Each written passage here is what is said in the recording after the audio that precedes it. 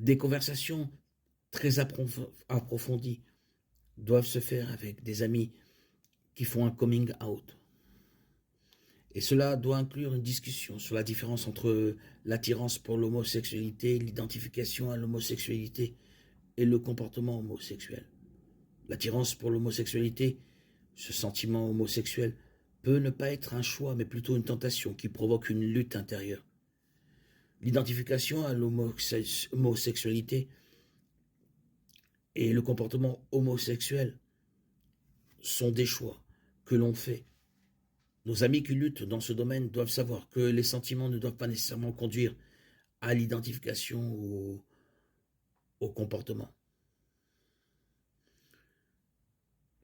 Lorsque nous examinons ce que la Bible nous demande de faire lorsqu'un ami qui se déclare chrétien fait son coming out, ainsi, lorsqu'une personne qui prétend être chrétienne choisit de vivre l'un des nombreux modes de vie pécheurs spécifiques, Paul énumère alors ces 6 péchés. Le reste de l'Église doit refuser la communion avec cette personne. Cela s'appelle l'ostracisme sacré.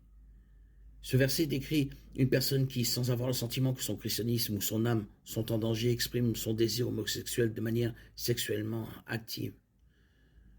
Dans tous les cas, lorsqu'un ami sort du placard, fait son coming out, nous devons prier avec ferveur, constance et foi. Prier dans l'espérance que Dieu leur accorde la repentance pour parvenir à la connaissance de la vérité, de Timothée 2,25. Soyez remplis du Saint-Esprit et manifestez là, révérez Christ comme Seigneur, 1 Pierre 3,15. Et prenez garde que votre conversation soit toujours pleine de grâce, assaisonnée de sel, afin que vous sachiez comment répondre à chacun, Colossiens 4,6. Les mots saints, ostracisme, suggèrent de l'impolitesse, de l'incivilité, alors que le saint ostracisme communique que le niveau de communion a changé. De toute façon, les croyants doivent éviter de faire quoi que ce soit qui impliquerait qu'ils considèrent la personne pécheresse comme un frère ou une sœur chrétienne. Tant que l'ami prétend être à la fois un chrétien pratiquant et un homosexuel pratiquant, il ne peut y avoir de fréquentation pérenne. Passer du temps libre ensemble est une chose du passé. La raison du saint ostracisme doit être communiquée clairement et avec amour à l'ami. L'objectif est de provoquer la repentance et la réconciliation, qui sont les fruits de l'esprit.